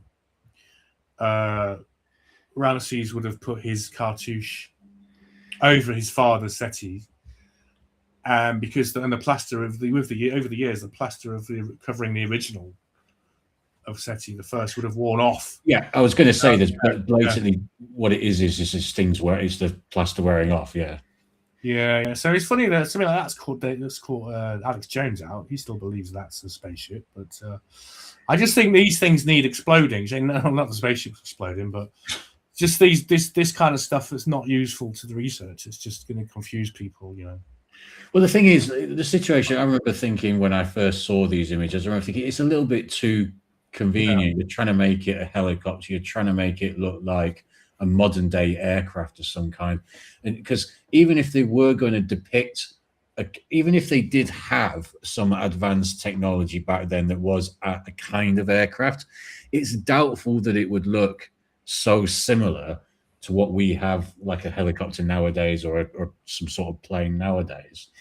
So it just, I was never massively convinced by that one myself, to be honest. Yeah, it makes sense to me. Yeah. So I mean, there's a few bits and pieces. So yeah, what do you think? What do you think Arsenal's chances are? Where are they playing PSG? Anyway? It's PSG. It's in Budapest. It's bloody hell. Have you seen some of the price? So I can imagine. But yeah. I've seen some tickets going for £135,000, if you can actually believe that. Well, me and my mate were going to see the Rome derby recently in May. It's £400, you know. Yeah, that's just, I just don't. It's like we were going to see Oasis last year, you know. But it's like when you're paying £400, I'm like, I'm not a fucking mug. Do you know what I mean? Was that how much it was for Oasis? It was up to that because the dynamic pricing, yeah, that's what it was coming out at. Even though the face value of £80 or whatever it was, but Ticketmaster just started putting the price up because they had so much demand. And I think you just don't play along with that. You've got to make a stand. I think even if you want to see Oasis, you just think fuck off. I'm not paying £400, you know. I mean, look, obviously, as you can probably predict, the prices of flights, the prices of hotels in Budapest is just ridiculous. I think me and AJ know Aaron. This guy Aaron is one of the Arsenal community, and I think he's trying to get over there, and he's talking about like thousands of pounds for flights and hotels and all this. That's before like hundreds of pounds. I just feel like I'm being milked. I just feel like, you know, I'm just being so dry for cash, you know. Yeah, I just don't like the feeling of being exploited. I think if you know, I just don't. Yeah, worst I ever did was, I mean, in terms of pay over the top. I had one of my ex-girlfriend, or basically, I suppose, my ex-girlfriend, long-term girlfriend, was an Arsenal fan, and I took her to her first Arsenal Tottenham derby for her birthday, and together the tickets combined cost me about 250. So it's not crazy price, but it's still fucking expensive. You know what I mean? So you was on about the Fermi paradox, weren't you? You quite interested in that, weren't you? Remember I've always just not liked it, to be honest with you, and I'm always quite surprised that people kind of take it seriously. Yeah, but there's quite a few interesting explanations of why, you know, why it could be that we have not encountered. Well, there's things about like the distance involved, and like the idea that, of course, things aren't really happening at the same time. Like us having this, there's not necessarily another couple of humans on another Earth having a conversation like we're having at the same time as us because of the distance involved. I get the idea that, you know, there might not necessarily be civilizations now. It might have happened in the past. They could have come and gone already. So I've heard those sort of things. I don't know if there's other things that you were going to mention. Sorry. Yeah. So one of the explanations is that potentially the reason we've not encountered alien life is because the duration of a civilization is so short that by the time we're alive in existence, so many civilizations that could have contacted us have just decayed. So this is from the New York Post. Time's up. Advanced civilizations last just 5,000 years, scientists say. So this is, I mean, the thing is, this is interesting because civilization on Earth, like organized civilization, dates back about 5,000 years at this moment. And before that, it's classed as prehistory, pretty much.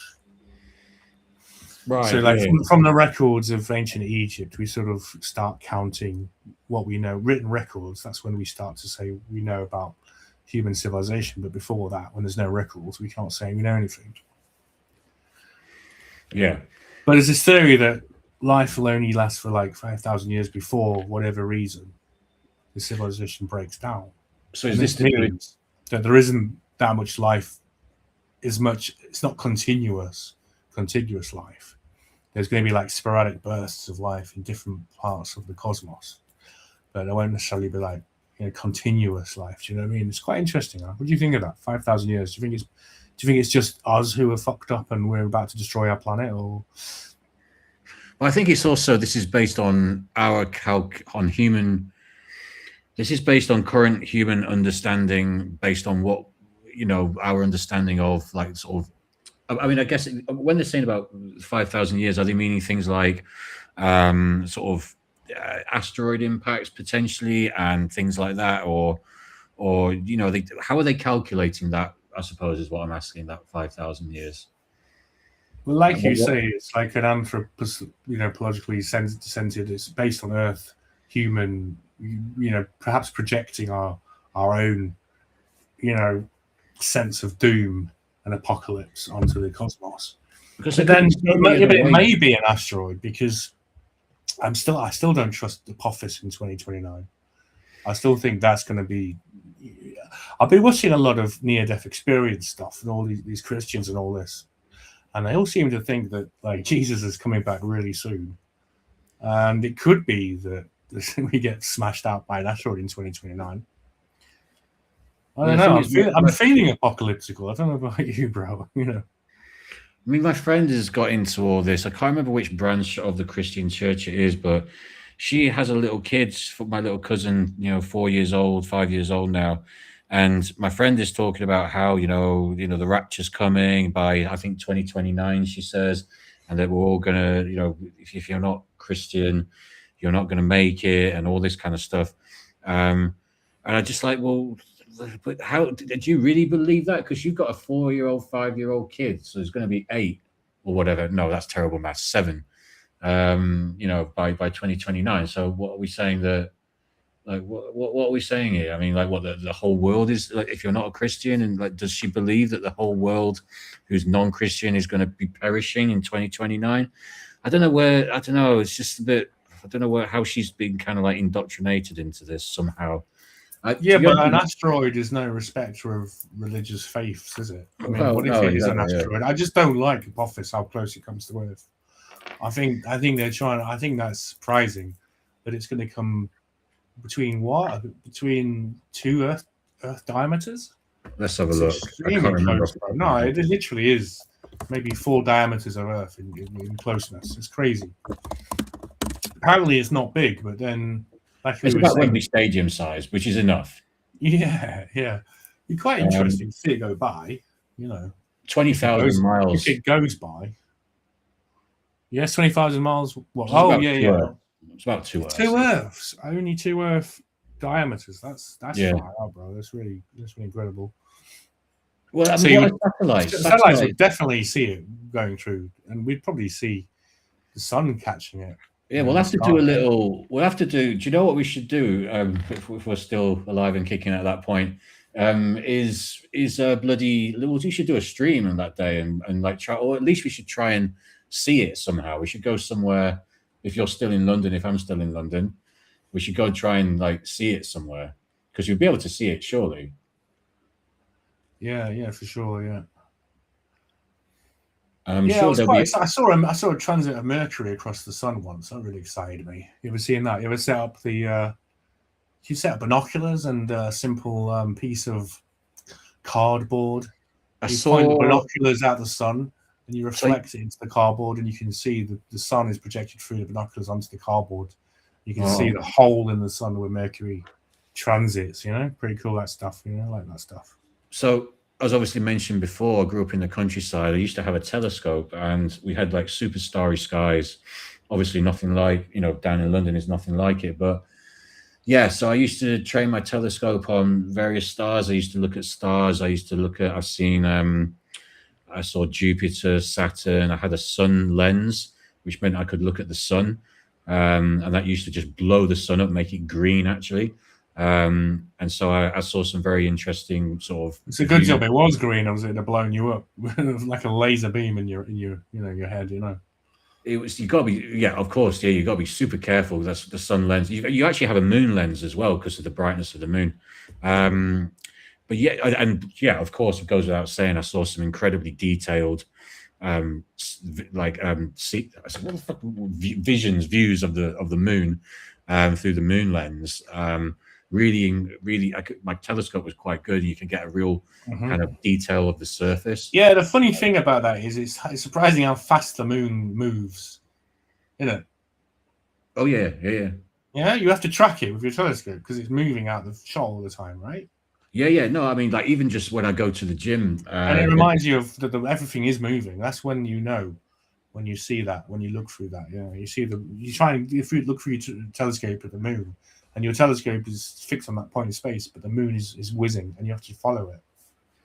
Yeah, I mean, even just going to the gym, if I go on at a certain time, if I go at a certain time of year, if I go on the treadmill, you can actually just do half an hour on the treadmill and just watch the moon just track across the sky. Yeah, cool. Wow.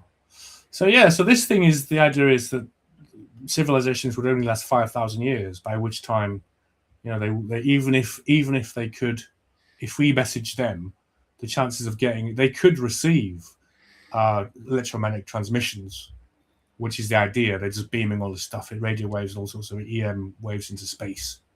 The idea is, even if an alien civilization received that, by the time they received it, by the time they received that, we might no longer exist, and vice versa. So, but because these things because these things like massive asteroids, supervolcanoes, changing climate, etc., are a threat to us from our perspective, doesn't necessarily mean that there isn't a sufficiently advanced civilization that can deal with these things. This is kind of what I mean by and you said it yourself, projecting our own kind of like environment onto the. I know obviously we understand about what planets can be like out there, but there's also a lot that we don't know, and we can't just be so. I don't see how we can make such accurate proclamations like that. Yeah, that's anthropocentric. That's an anthropocentric solution, which means it's seeing the phenomenon through the eyes of human behavior, through what human expectations of how long civilization would last. So it's not necessarily a good solution because it's an anthropocentric one. Do you know what I mean? Well, because you wouldn't ask a cat how, like, you know, the world works, sort of thing. So even if a cat could speak, you would just say it from a cat perspective, or, you know, a dog or whatever. I don't know. You know what I mean? So yeah, we're not the. I would wager that we're not the most intelligent species that is possible that the universe can create. So yeah, it's all very theoretical. Put it that way. So there are other possible solutions. So this is this is fairly recent. It's only a couple of years ago. Non-anthropocentric solution to the Fermi paradox is a pretty interesting paper. I read through this. And what it does, it posits all the other solutions, which is quite interesting. So it goes through. So there's something called the mediocrity principle, which is quite funny, isn't it? It's a scientific thing. The mediocrity principle, and it means basically that intelligence is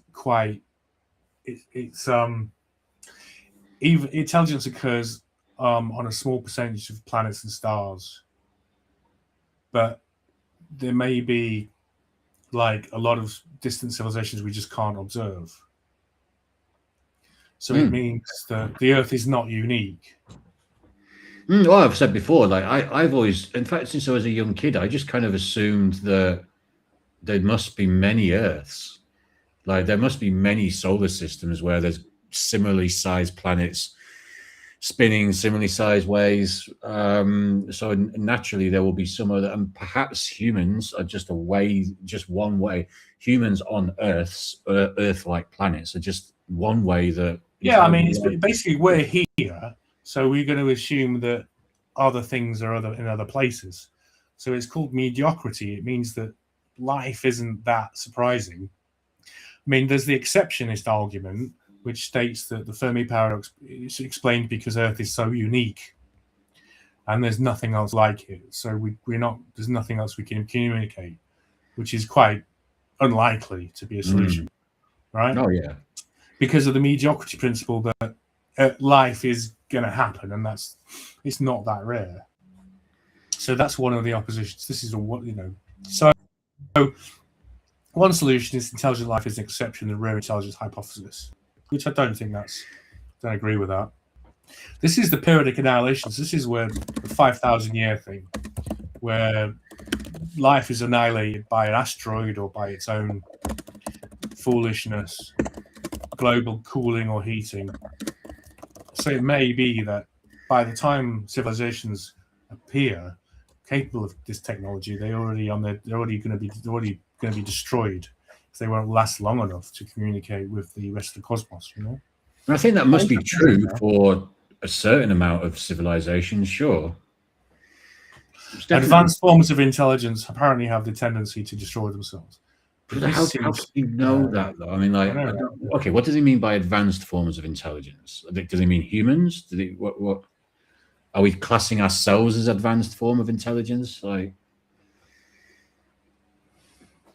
So the state in which intelligent life becomes capable of space travel is a stage when it becomes particularly vulnerable. Interstellar connectedness makes life vulnerable because other alien races may want to dominate and destroy that life. So these are all possibilities, Again, that just sounds like another sort of human projection, doesn't it? Like of our desire, our monkey desire to conquer. I'm not saying it's not necessarily true. I mean, we could be living in a universe where you've got kind of like a Marvel universe type warring factions across the galaxy. It's plausible. I wouldn't rule it out.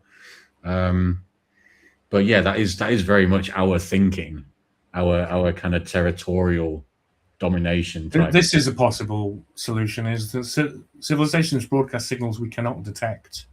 Or that are only detectable for short periods of time, but that they communicate with technology we're not aware of, we cannot detect or read or in any way process.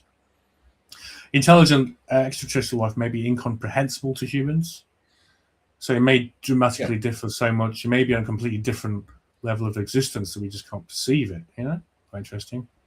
Yeah, that's kind of what I was saying earlier on. Yeah, alien life may reside too far away from humans. I think that's just a given, isn't it? That's just a given. So that. To be honest with you, when I first heard about the Fermi paradox, that was my initial reaction. The one that you just showed about alien life can be too far away. I just thought that's the Occam's razor explanation, isn't it? The simplest answer is usually the correct one, even though there's probably to this question multiple answers, to be fair. But I mean, I think the idea that just space. But I think they're listening for waves, EM bursts and things that have been sent to space from what we would assume would be these intelligences. But they would just send that into space and it would just travel and reach us eventually in any case, right? After 15 billion years, whatever. So Earth is being deliberately avoided or isolated, like a quarantine on Earth. Okay. ETs don't want to interfere, maybe the prime directive, something like that. Alien life's already here, but is unacknowledged. Some people believe that, don't they? As a solution to the Fermi paradox. It's already here. So it's interesting. Look, it's an interesting idea. I just don't really entertain it, but mainly for the reason of just the simple. Well, you have to entertain one of these. I mean, one of these has to be close to the truth, right? I just think that the universe is, whatever the one you put up where it was basically like the universe is big, that could be far away. I think that's just a simple enough explanation, really. Mm-hmm. But then, you know, there's a lot of people who just believe there isn't anything else out there. But like, I just can't really countenance that, to be honest. It's just, I don't know. It just seems really obvious to me that like the universe is really fucking big. Obviously, there's something out there. It might not be detectable. I mean, maybe something is already communicating with certain people. Like, there's a lot of people who believe that aliens are communicating with them, and you know, we call them people schizophrenic or mentally ill. But there's a lot of that kind of thing going on. People hearing voices. That's definitely part of this puzzle. That's a phenomenon. That is communication from something non-human. Did you ever see the video that's on YouTube about someone who was schizophrenic did a visualization video of what it's like for them when they're having a schizophrenic episode, what they see and how they hear? I don't know if you ever saw this. Yeah, I saw that. That was bloody interesting, to say the least. It was creepy and interesting. Well, it's like an acid trip. It's just like being on acid all your life, you know? Essentially, yeah. Yeah. But like a bit the of same a chemicals. It's the adrenochrome. It's like mescaline. I think this is Dr. Abraham Hoffer. He was the guy who figured this all out. Whenever I hear the word adrenochrome, it just makes me think of that scene in Fear and Loathing in Las Vegas. Yeah. When he takes the adrenochrome and goes crazy. Yeah. Do you remember that bit? Yeah. Do you think he really took it? You know? Oh, well, I think Hunter S. Thompson definitely took it. Yeah, back in the day. I'll have to reread that. Maybe listen next week. We'll read that out. We'll look at that, won't we? We can look I'll find the bit. Yeah. All right, that's your job. You're the Hunter S. Thompson guy here. Yeah, no, I'm up for that. Definitely. That'd be good, yeah. So listen, should we call it? We've had 2 hours. Should we call? We are bang on 2 hours, man. It is mad how fast. Yeah. I'm a little bit. I think we should quit while we're ahead. I think we're ahead, and we'll quit while we're ahead. I think. Yeah. Yeah, man, we'll leave it in that. Like, it's an interesting question, the Fermi paradox, but I mean, simple answers, I think, really, with this. But yeah, you know, look, I had about 2 hours sleep last night, I think. Yeah. I went to bed at about 3 and then didn't sleep because I couldn't really sleep. And then did you go out? So I went, like I say, I went out sort of in the near area, but because I had to wait for that fucking food delivery, I couldn't leave the house until 11, which is when it had been delivered. By that point, the whole of Finsbury Park, everywhere was just rammed. You just couldn't get in. Was it? I bet that was pretty cool, right? Yeah. So I will go back for the parade where I can actually go with my mates as well, and like. Oh yeah, when is the parade? 31st. Oh wow, that'll be the day after. That'll be the day after the PSG final as well. Yeah, exactly. So it could be a parade of 2 trophies, and they're going to. Well, either way, yeah, it's going to be double glory or. Or at least seeing that title, which would be great. Yeah, brilliant. That's really great. So double would be unprecedented, wouldn't it? Well, yeah, we've never won. Well, we've never won the European Cup before, the Champions League, whatever you want to call it. So we need that. That's the one, because people used to say to me, "What would you rather have?" Before we won the Premier League this season, people would ask me, "Which one would you rather have, the Premier League title or the Champions League?" For me, I always said the Champions League, but that's just because I haven't seen us win it, and we haven't won it. And we get so much grief from Man U fans, Chelsea fans, Liverpool, etc., Man City, about never having won the Champions League. So it'd be good to finally. Yeah, despite being a top 4 team. Yeah. Our European record is shit, man. It needs to be sorted out. So yeah, give me a Champions League for my birthday. Basically, that's all I have. So is the manager who's turned this around, or what would you say that has provided the catalyst for this? Yeah. There's a lot of reasons. We basically won this league because we've got a fantastic defense, and yeah, the manager obviously does take credit for that. I still question him in a few of the things he does. It has been a poor Premier League in terms of overall quality, but at the end of the day, it's up to the rest of the teams to catch us. It hasn't been the best season. We haven't played the best football, but it's up to you guys to catch us. So nobody can complain really, because at the end of the day, we finished top. So.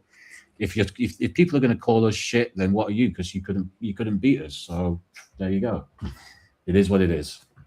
Okay, so we got some chats. Don't know what's the fresh. No, that was me. So AJ came in, said hello. I was saying hello to him. I think he's gone because he didn't reply. So, but anyway, not to worry. Yeah, nice one. Thanks for dropping in. So pretty cool. All right, then we'll call it an evening, and next week we'll look into adrenochrome. I mean, I've got my own theory about Adrenochrome. what adrenochrome is. Yeah. We'll go into it next week, but We'll get a bottle of it next week. That's what we should do. We should get a bottle of adrenochrome and then do a live stream. if you could get a bottle of adrenochrome, I would ask myself a lot of questions about who you really are. You know, and it's basically extract of pineal, isn't it? Like, no, it's not. It's oxidized adrenaline builds up in the kidneys. You know. Oh, it's from the kidneys. Oh, yeah. Kidneys, adrenaline produced in kidneys, and the adrenochrome. It's the adrenaline that's gone bad, and this is why these secret society initiations and all these terror rituals and all this sort of ritualistic stuff.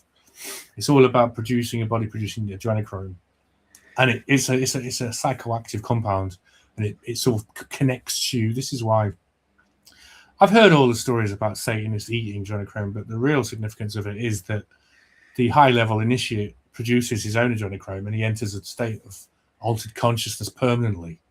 And in that consciousness, he's susceptible to voices, to spirits, to demons, to aliens, to who knows what, but all that stuff.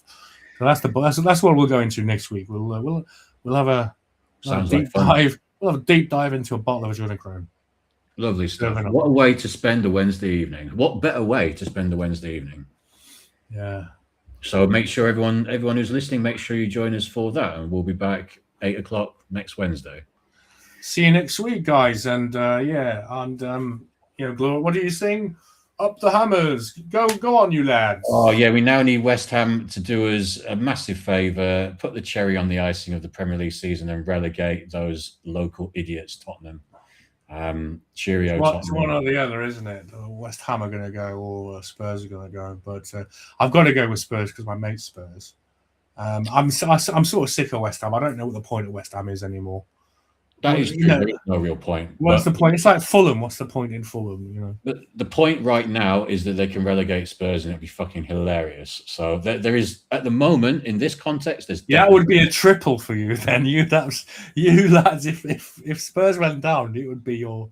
Well, on top of cherries on top of cherries, right? Stacking up. Listen, Inception cherries, right?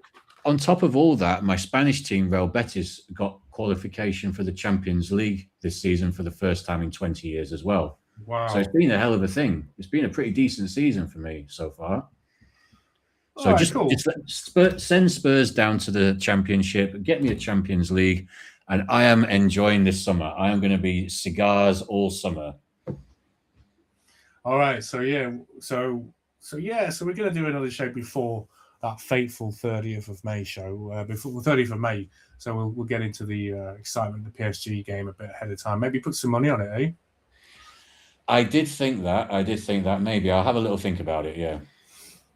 Yeah, I always jinx it when I do that, though. It's like this is the problem. As soon as you introduce money into a situation, something happens in the universe. Yeah, it's a tricky one, isn't it? Yeah. Anyway, listen, we'll get off and have a good evening, people. All right, keep tumbling through space. All right, guys, and catch you later. Yeah. All right, mic off, guys. And